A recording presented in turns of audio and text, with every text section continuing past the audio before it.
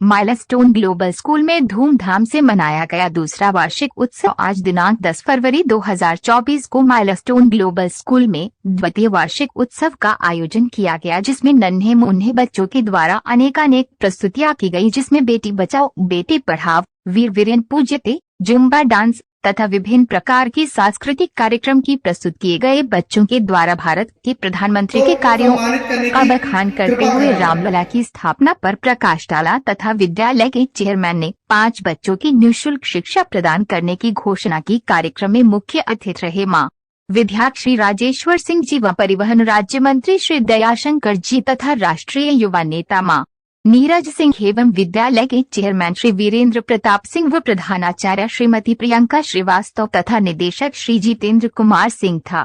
विद्यालय के संरक्षक श्री वरुण प्रताप, अभिभावकगण, अन्य सम्मानित लोग उपस्थित रहे। क्योंकि मोदी जी ने कहा था कि नौकरी ही न करिए, नौकरी देने वाला बनिए। तो उस समय उनसे प्रभावित होकर उसने कहा कि हम कुछ ऐसा करेंगे जिसमें कुछ लोगों को हम रोजगार भी दे सकें, क्षेत्र का विकास कर सकें। इसलिए उसने इस विद्यालय की स्थापना का उसके अंदर विचार है। अब यद्यप हम लोगों की ये स्थिति नहीं थी कि इस समय विद्यालय बना सकें, लेकिन फिर भी उसकी जीत के आगे कभी कभी ये होता है, जब बड़ी चीज़ कोई सोच लेता है तो धीरे धीरे करके भगवान उसे पूरा करता है। और पिछले साल इस विद्यालय की स्थापना हुई और विद्यालय जब बन के तैयार हुआ तो जब पिछला सेशन शुरू हुआ तो चूँकि मैं समाज सेवा में और राजनीतिक क्षेत्र में भारतीय जनता पार्टी में पिछले 40 वर्षों से युवा मोर्चा के जिला उपाध्यक्ष के रूप में शुरू किया था और फिर विभिन्न स्तरों पर रहते हुए, चाहे वो जिला अध्यक्ष हो भारतीय जनता पार्टी का, चाहे जिला उपाध्यक्ष हो, क्षेत्र का उपाध्यक्ष हो, प्रदेश में कार्य समिति सदस्य हो, इस तरह काम करते रहे तो क्षेत्र के लोगों का स्नेह और प्यार मेरे साथ जुटा और हमने उस समय भारतीय जनता पार्टी में काम शुरू किया जब लोग कहते थे कि ऊसर में खेती करना, 50 लोग इकट्ठा करना मुश्किल है, लेकिन उसका फल मुझे इस विद्यालय के रूप में मिला। पहले ही सेशन में 289 बच्चे इस विद्यालय में एडमिशन लिए। ये क्षेत्र में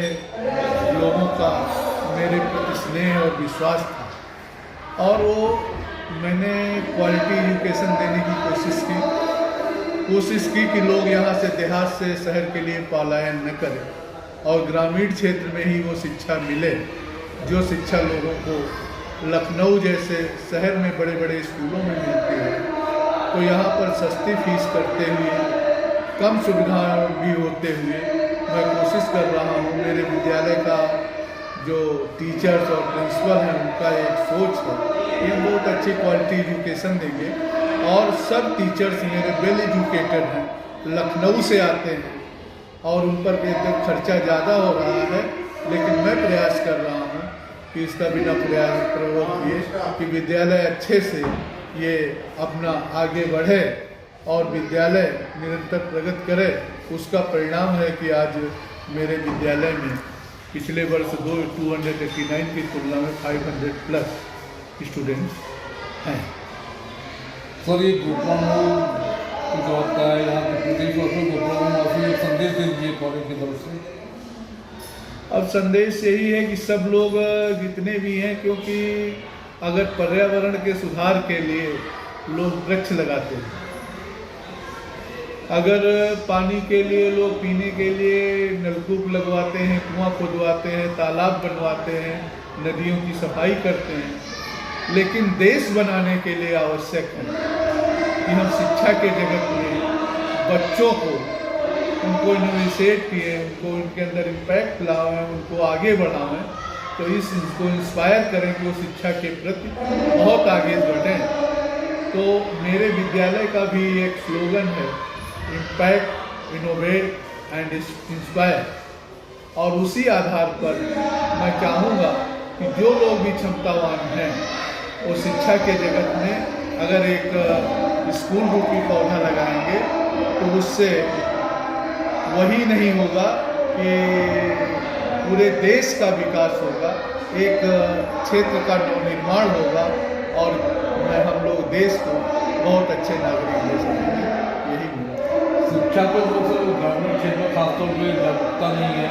उसके बारे में थोड़ा सा बोल दीजिए। निश्चित तौर पर देहात क्षेत्र में अभिभावक जागरूक हैं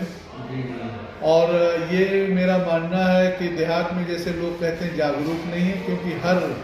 पिता ये चाहता है, माँ ये चाहती है कि उसका बच्चा अच्छे से पढ़े और आगे बढ़े, लेकिन कुछ संसाधनों की कमी होती है। थोड़ा सा जो लोग अपने को जागरूक कहते हैं, पढ़े लिखे कहते हैं, आगे वाले समाज में कहते हैं, उन लोगों को ज़रूरत है उनका मनोबल बढ़ाने की। और ऐसा नहीं है कि देहात क्षेत्र में लोग जागरूक नहीं हैं। ये मैं कारण मान सकता हूँ कि आर्थिक स्थिति उनकी कमज़ोर हो, क्योंकि आज की शिक्षा देने में भी बहुत खर्चा है। अगर क्वालिटी एजुकेशन देने के लिए आपको अच्छे टीचर्स रखने हैं तो अच्छा वेतन भी देना पड़ेगा, और उसमें कहीं ना कहीं देहात क्षेत्र में, ग्रामीण क्षेत्र में लोग पिछड़ रहे हैं। और उसमें अगर सरकार जिस तरह से अपना बहुत पैसा सरकारी स्कूलों में लगा रही है, अगर उसका कुछ 10-20% भी इन प्राइवेट स्कूल के भी विकास में इसको अपनी ही संस्था मान के, चाहे इस पे वो किसी तरह की लगाम लगा लें, किसी तरह से अपना उसमें कंट्रोल कर लें, अगर इसमें वो अपना हाथ बढ़ा देंगे तो निश्चित तौर पर पूरा देश शिक्षा के क्षेत्र में बहुत आगे बढ़ेगा। ये थे हमारे साथ chairperson global milestone global school के। बहुत बहुत धन्यवाद। Thank you.